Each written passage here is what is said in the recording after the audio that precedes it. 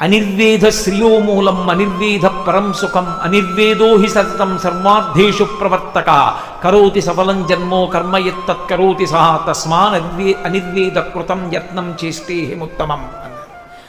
అనిర్వేద శ్రియో మూలం, నిర్వేదములు పొందకుండా సంతోషముగా మనసుని నిలబెట్టగలిగిన వాడెవరో, అనుకూల ప్రతికూలములను లెక్కలోకి పెట్టుకోకుండా దృష్టిని కేవలము ఏ కార్యమును సాధించాలనుకుంటున్నాడో దాని మీదే పెట్టిన వాడెవరో, మనసుని ఎప్పుడూ సంతోషముగా ఉంచగలిగిన వాడెవరో, అది ఏ సమస్త సౌఖ్యములకు హేతువు, కార్య సాధనకు హేతు అదే. అనిర్వేద శ్రియో మూలం అనిర్వేద పరం సుఖం అనిర్వేదో హి సతతం సర్వార్థేషు ప్రవర్తక. సమస్తమైన విషయములను సాధించుటకు లోకమునందున్న ఏకైక మార్గము మనసును సంతోషముగా నిలబెట్టుట ఒక్కటే. అలా నిలబెట్టలేనివాడు ఏ కారణమునకైనా అనుకూలము ప్రతికూలము అన్న రెండు విషయములను దృష్టిలో పెట్టుకుని నిలబడిపోయేవాడు కార్యసాధకుడు కాలేడు. కాబట్టి అనిర్వేదో హి సతతం సర్వార్థేషు ప్రవర్తక కరోతి సఫలం జన్మో కర్మ యత్తత్కరోతి సహ తస్మాద్ అనిర్వేద కృతం యత్నం చేస్తే హిముత్తమం. కాబట్టి నేను ఈ నిర్వేదాన్ని విడిచిపెడతాను, పరమ సంతోషంతో నిలబడతాను. మళ్ళీ మనసుని పూర్వస్థితి ఎందుంచి మళ్ళీ వెతుకుతాను లంకని. మళ్ళీ వెతికారు. ఇంత వెతికిన మహానుభావుడు సీతమ్మ కనపడలేదని ఆత్మహత్య చేసుకుంటాడు. హస్తాదానో ముఖాదానో నియతో వృక్షమూలిక వానప్రస్థో గమిష్యామి హతృష్వా జనకాత్మయా. చేతిలో పడితే తింటాను, లేకపోతే లేదు, ఇక్కడే ప్రాయోపవేశం చేస్తానన్నారు. మనస్సు అటువంటి స్థితి యందు నిలబెట్టి లక్ష్య సాధన చేసేటటువంటి గురి కలిగిన మహాపురుషులు, అటువంటి భగవద్భక్తి తత్పరులు ఎప్పుడైనా చిన్న వైక్లభ్యాన్ని పొందినా మళ్ళీ పరమేశ్వరుడే రక్ష చేస్తాడు. వెంటనే ఆయనకు ఒక ఆలోచన వచ్చింది. అసలు ఆత్మహత్య చేసుకు చచ్చిపోతాననేటటువంటి ఆలోచనే దోషభూయిష్టం. కాబట్టి జీవన్ భద్రాణి పశ్యతి, చచ్చిపోతే ఏమొచ్చింది? కాబట్టి నేను మరణించకుండా నేను బ్రతికే ఉంటాను. బ్రతికి ఉండి సంతోషంగా మళ్ళీ నేను పూర్వపూనికతో నిలబడితే జీవన్ భద్రాణి పశ్యతి, మంగళములను చూడగలను. ఇప్పుడు మళ్ళీ పుంజుకున్నారు. మీకు తెలుసు, తర్వాత సీతమ్మ తల్లి దర్శనం చెయ్యగలిగారు మహానుభావుడు. ఆవిడ అనుగ్రహంతో చెయ్యగలిగారు. కాబట్టి మనిషి నిలబడడం అన్నది చాలా ప్రధానం. ఆ ఉత్సాహమును కాని మనసు కోల్పోయిందా, సంతోషమును కాని కోల్పోయిందా, లక్ష్యమునందు దృష్టి పెట్టగలిగిన స్థితి కాని పోయిందా, ఇక వాడేదీ సాధించలేడు. అందుకే కిష్కింధకాండలో లక్ష్మణస్వామి రామచంద్రమూర్తితో ఒక మాట అంటారు. రాముడు ఒకానొక నాడు విశేషమైన శోకానికి గురైపోయాడు. ఎంత గురైపోయాడంటే ఇక సీతమ్మ కనపడదు. లక్ష్మణ, నా శరీరం పడిపోతుంది, నువ్వు వెళ్ళిపోయి ఇంటికి అన్నాడు. అప్పుడు లక్ష్మణస్వామి ఒక మాట చెప్పారు. ఉత్సాహో బలవాన్నార్యా నాస్తుత్యాహత్పరం బలం స్వోత్సాహస్యాస్తి లోకేస్మిన్ నకించిదపి దుర్లభం. అన్నయ్య, ఉత్సాహమును ఉంచుకున్నవాడెవరో, మనసును సంతోషముతో నిలబెట్టి లక్ష్యము వైపుకి నడిచిన వాడెవరో వాడు సాధించగలడు. మనసు ఎప్పుడు విచలితమైపోతుందంటే రెండు కారణముల చేత పడిపోతుంది. ఒకటి శోకము భయము. శోకము భయము అక్క చెల్లెళ్ళు. రెండవది అసంతృప్తి. ఎక్కడ అసంతృప్తి ఉందో అక్కడ ఇక మనసు లక్ష్యము వైపుకి వెళ్ళలేదు. అందుకే వ్యాప్తిం పొందక వగవక ప్రాప్తంబగు లేశమైన 10,000 తృప్తించెందని మనుదుడు సప్తద్వీపములనైన చక్కంబడునే అంటారు పోతన గారు భాగవతంలో. ఉన్నదానితో సంతోషంగా ఉండగలగలం. లక్ష్యమును సాధించుట యందు దృష్టి పెట్టి అనుకూల ప్రతికూలములను విడిచిపెట్టి లక్ష్య సాధన యందు నడవగలగలం. ఇది సంతోషం. అది లేనినాడు దుఃఖం. అది లేకపోవడమే దుఃఖము. కిం దుఃఖం? అసంతోషం.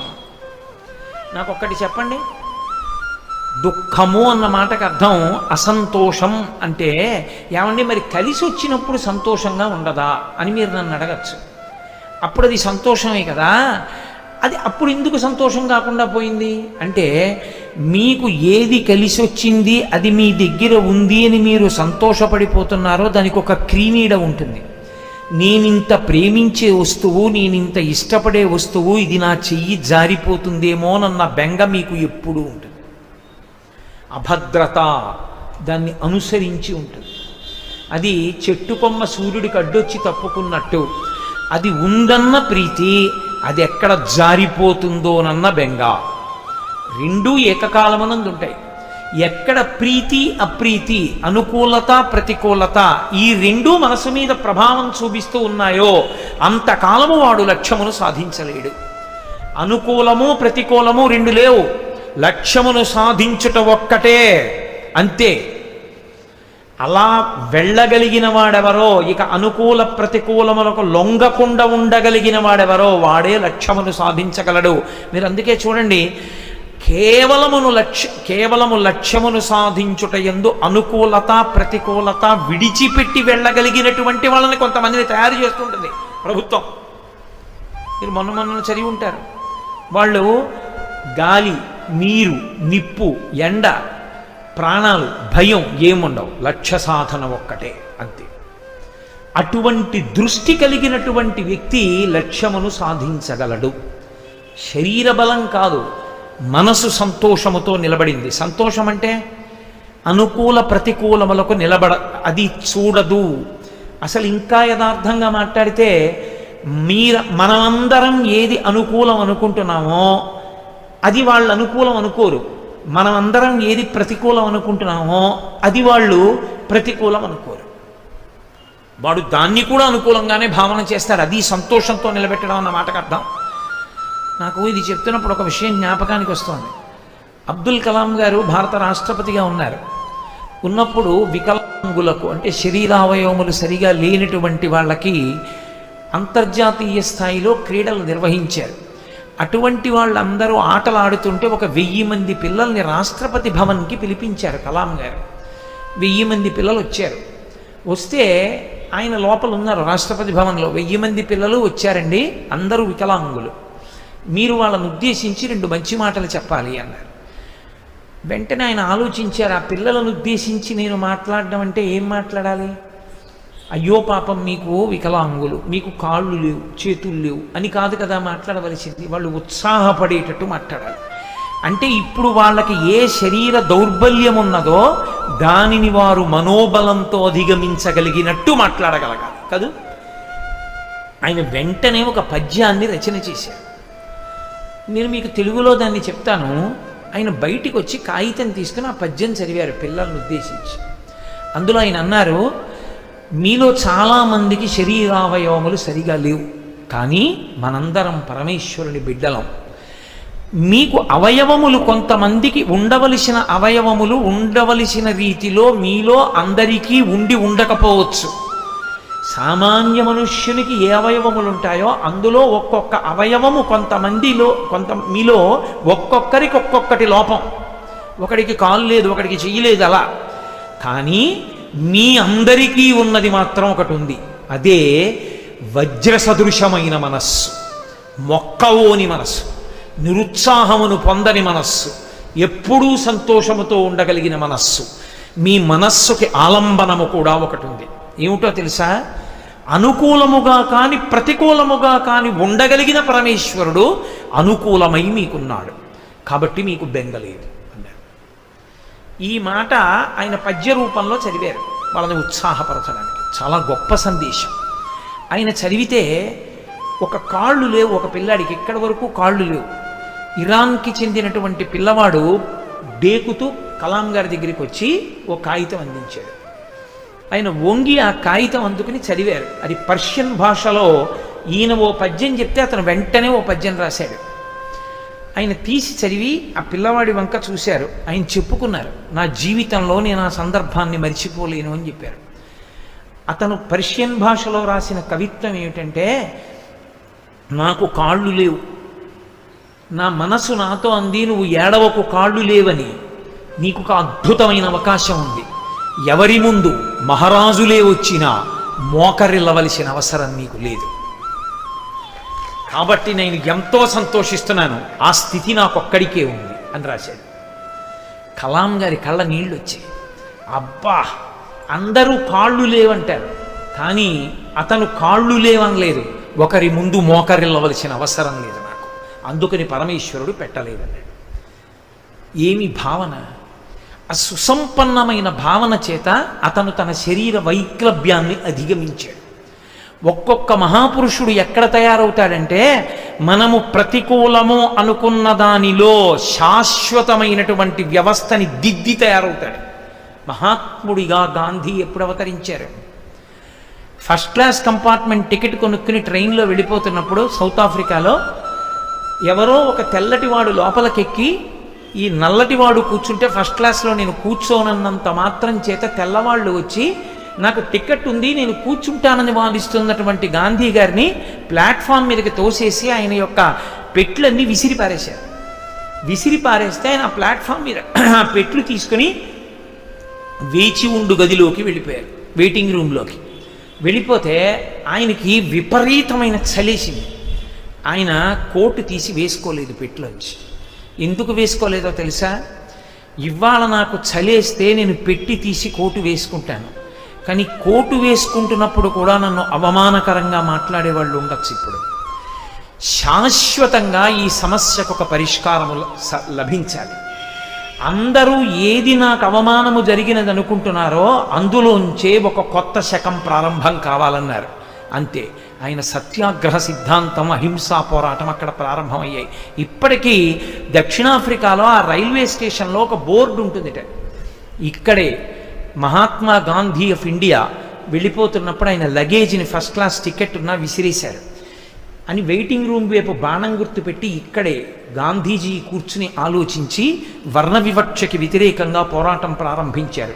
ఇక్కడ నుంచే వర్ణ వివక్షకి వ్యతిరేక పోరాటం ప్రారంభమై అందరూ ఒక్కటే అన్న సిద్ధాంతం ప్రారంభమై భారతదేశపు దాస్య శృంఖలాలు తెగిపోయే అహింసాత్మకమైన సహాయ నిరాకరణోద్యమంతో కూడుకున్నటువంటి భారత స్వాతంత్ర సంగ్రామం ప్రారంభం కావడానికి ఇక్కడే బీజములు పడ్డాయని బోర్డు ఉంటుంది.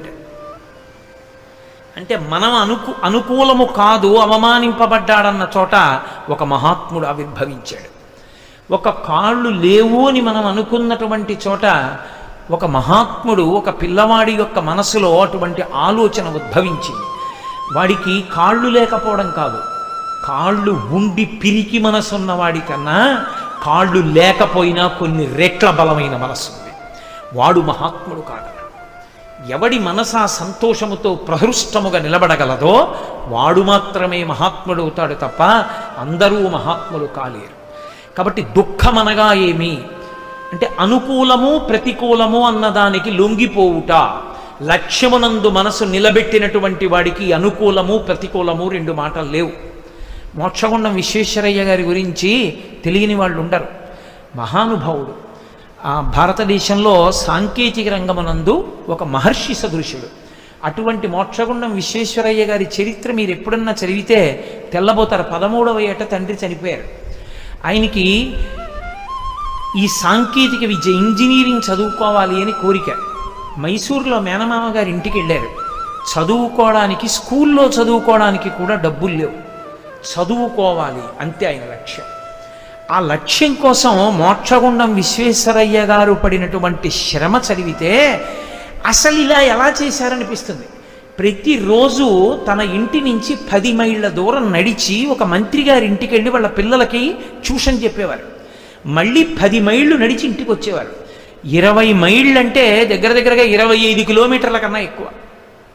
అంటే రోజుకి 25 కిలోమీటర్లు నడిచి ఒక పిల్లవాడు, ఇంకా హై స్కూల్ చదువు కూడా చదువుకోని పిల్లవాడు 25 కిలోమీటర్లు ప్రతిరోజు నడిచి మంత్రి గారి పిల్లలకి పాఠం చెప్పి డబ్బు సంపాదించి ఆ డబ్బుతో స్కూల్లో చదువుకుని కష్టపడి తెచ్చుకున్నటువంటి స్కాలర్షిప్తో పూణే ఇంజనీరింగ్ కాలేజ్లో చదువుకుని ప్రపంచ ప్రఖ్యాతమైనటువంటి గోల్డ్ మెడల్ సంపాదించారు.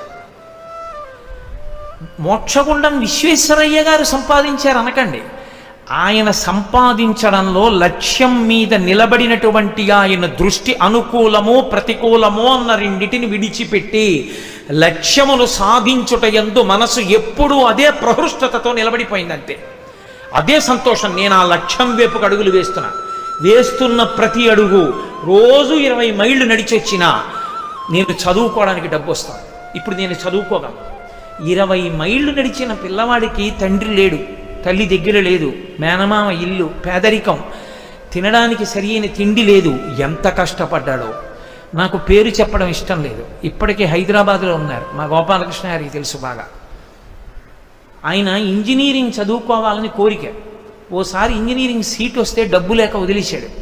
రెండవసారి ఇంజనీరింగ్ సీట్ వస్తే అన్నయ్య వదిన పడుకుంటే బయట చిన్న వరండా ఉండేది.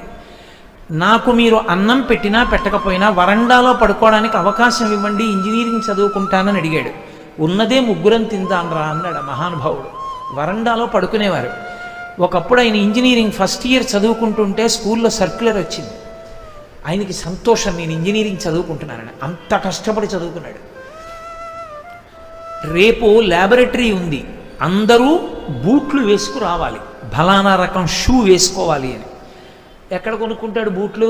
ప్రిన్సిపాల్ గారి రూమ్ దగ్గరికి వెళ్ళి బయట నించున్నాడు. 6:30 అయిపోయింది, 7 అయిపోయింది, 7:30 అయిపోయింది. వరంగల్ ఇంజనీరింగ్ కాలేజీలో చదువుకున్నాడు ఆయన. 7:30 అయిపోయిన తర్వాత లోపల అందరితో మాట్లాడి ప్రిన్సిపాల్ గారు బయటికి వచ్చారు.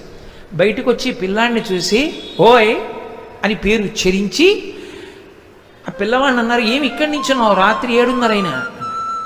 అతను, అయ్యా మీరు షూస్ కొనుక్కోమన్నారు రేపటి నుంచి అని వలవల ఏడిచేశాడు. ఆయనకి అర్థమైంది. నీకు డబ్బు లేదా అని అడిగారు. లేదు, అన్నయ్య దగ్గర నేను వరండాలో పడుకుని చదువుకుంటున్నాను అన్నారు. రా కారిక్కు అని షూ కొనిచ్చి పిల్లవాడు హాస్టల్లో అన్నం తినడానికి ఏర్పాటు చేశారు. అదే పిల్లవాడు తరువాతి కాలంలో ఇంజనీరింగ్లో పట్టభద్రుడై ఎనలేని ఖ్యాతి సంపాదించి అదే వరంగల్ ఇంజనీరింగ్ కాలేజీకి చాలా గొప్ప స్థాయిని మార్చి ఉన్నత స్థాయి ఇవ్వవలసి వచ్చినప్పుడు కేంద్ర ప్రభుత్వం తరపున కాలేజీలో ఉన్నటువంటి పరికరాల్ని పరిశీలించడానికి వెళ్ళినటువంటి కమిటీలో మెంబర్గా వెళ్ళాడు ఆయన. అదే కాలేజీ ముందు కారు దిగితే పూలదండ వేసి ప్రిన్సిపాల్ గారు లోపలికి తీసుకెళ్తున్నప్పుడు, గురువుగారు నా కన్నుల వెంట అశ్రుధారలు కారాయండి అని నా దగ్గర కూర్చుని ఒకనాడు చెప్పాడు. లక్ష్యశుద్ధి, నేనిది సాధించాలి. కష్టమా సుఖమా ఒకనాడు నేను అనుకున్నది అవుతాను, అప్పటి వరకు నేను ఇలా కష్టపడవలసింది అంతే. సాన పెడితే కానీ వజ్రానికి కాంతి రాదు, పుటం పెడితే కానీ బంగారానికి మెరుపు రాదు. కర్ర లోపల అగ్ని ఉంటుంది, కర్రని కర్రతో రాపాడిస్తే కానీ నిప్పు పైకి పుట్టదు.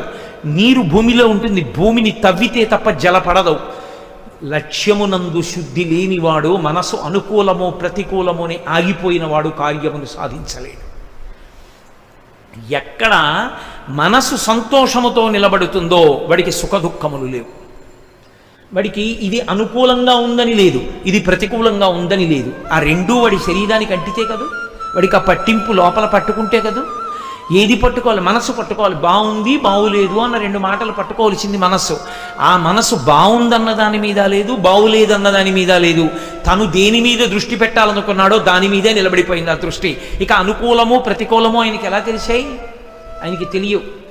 ఆత్మని తెలుసుకోవాలనుకున్నటువంటి భగవాన్ రమణులు అరుణాచలం పాతాళలింగం దగ్గర కూర్చుని తపస్సు చేస్తుంటే తేళ్లు జెర్రులు తొడల కింద పట్టి కురికేస్తే మాంసపు ముక్కలు ఉడిపోయి నెత్తురు కారి అట్టలు కట్టింది. ఆయనకి తెలియలేదు.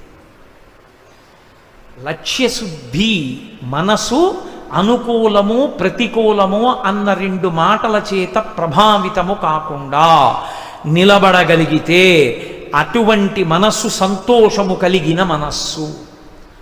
అటువంటి మనస్సు సాధించలేదు అన్నది లేదు. అలా కాకుండా ప్రతి చిన్న విషయంలో మనసు యొక్క అనుకూలత, మనసు యొక్క ప్రతికూలత, ఈ రెండిటి దగ్గర ఆగిపోయేటటువంటి స్వభావం ఉన్నవాడు లక్ష్యములు పెద్ద పెద్దవి నోటితో చెప్పగలడేమో కానీ వాడు మాత్రము జీవితంలో ఆ లక్ష్యములు సాధించలేడు. తెల్లవారుజామున 4 గంటలకు అలారం పెడతాడు. 4 గంటలకి లేస్తాను, 4 నుంచి 7 వరకు 3 గంటలు చదివేస్తాను. 3 గంటలంటే గంటకి 25 పేజీలు చెప్పిన 75 పేజీలు చదువుతానంటాడు. అలారం కొట్టినప్పుడు దాన్ని ఇలా నొక్కేసి పడుకుని నిద్రపోయి 8 లేస్తాడు. ఎలా సాధిస్తాడు లక్ష్యం?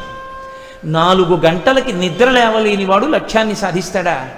4 గంటలకి అలారం కొడితే ఉలిక్కిపడి లేచి తన కార్యాన్ని ప్రారంభించిన వాడు, వాడికి ఇంకా నిద్రపోదామని శరీరం కోరినా వెంటనే ఉత్సాహంతో లేచి మొహం కడుక్కుని కూర్చున్నవాడున్నాడే, వాడు కార్యమును సాధిస్తాడు.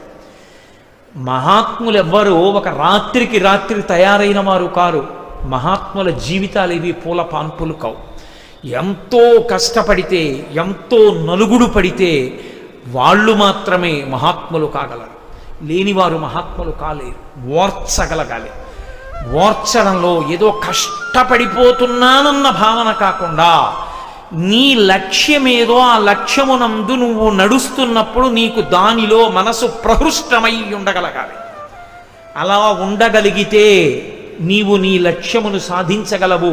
నీకు సుఖము దుఃఖము అన్న రెండు లేవు. అలా కానంత కాలము అది దుఃఖమే. అనుకూలంగా ఉన్నా దుఃఖమే, ఎందుకంటే అది ఎక్కడ పోతుందో అని బెంగ. ప్రతికూలంగా ఉన్నా భయమే, ఎందుకంటే దానికి వాడు తట్టుకోలేడు. కాబట్టి దుఃఖం ఏది? కిం దుఃఖం? అసంతోష. సంతోషముగా ఉండలేకపోవడమే దుఃఖము. ఇది శంకరాచార్యుల వారి యొక్క ప్రతిపాదన. ఈ ప్రతిపాదన అర్థం చేసుకున్న నాడు వ్యక్తి మనసుకి తాను లొంగడం కాదు, ఆగి వెనక్కి తిరిగి చూసి మనసుకి శిక్షణ ఇవ్వగలిగిన స్థితికి వస్తాడు. నోర్మోయ్, లక్ష్యమును సాధించవలసిందే. వ్యాపారస్తుడు తనకు అత్యంత ప్రీతిపాత్రమైన ధనాన్ని తీసి పెట్టుబడి పెట్టి వ్యాపారం చేసి డబ్బు సంపాదిస్తాడు. నీకత్యంత ప్రీతిపాత్రమైన శరీరము ఖేదపడుతున్నా పరమేశ్వరుణ్ణి చేరడానికి నువ్వు ఖేదం అనుభవించవలసిందే. ఇందులో అనుకూలము ప్రతికూలము రెండు మాటలు కుదరవు. ఈశ్వర ధ్యానమునందు అలా కూర్చుంటానంతే. నొప్పెట్ని కాళ్ళు, తిమ్మిరి లెక్కని, ఊడిపోని చర్మం, ఏమైపోని ఆ లక్ష్యం అంతే. దాచి దీన్ని జాగ్రత్త చేస్తే ఉంటుందా? ఒకనాడు దోషుడు బూడిద. అది కాకముందు నిన్ను ఎలా వాడాలో అలా వాడతాను. లక్ష్యమునందు నువ్వు నిలబడగలిగితే నీకు అనుకూలము ప్రతికూలము లేవు, సంతోషముగానే ఉన్నావు. నీకు సంతోషము లేదు, దుఃఖమున్నది ఎప్పుడు? నీ మనసుకి సంతోషము లేనప్పుడు. అంటే అది ఆ స్థితి యందు నిలబడలేకపోతే దుఃఖమే. ఏది జారుతున్నా దుఃఖంగా ఉంటుంది, ఏదన్నా నీకు అనుకూలంగా అనిపించింది వచ్చినా అది పోతు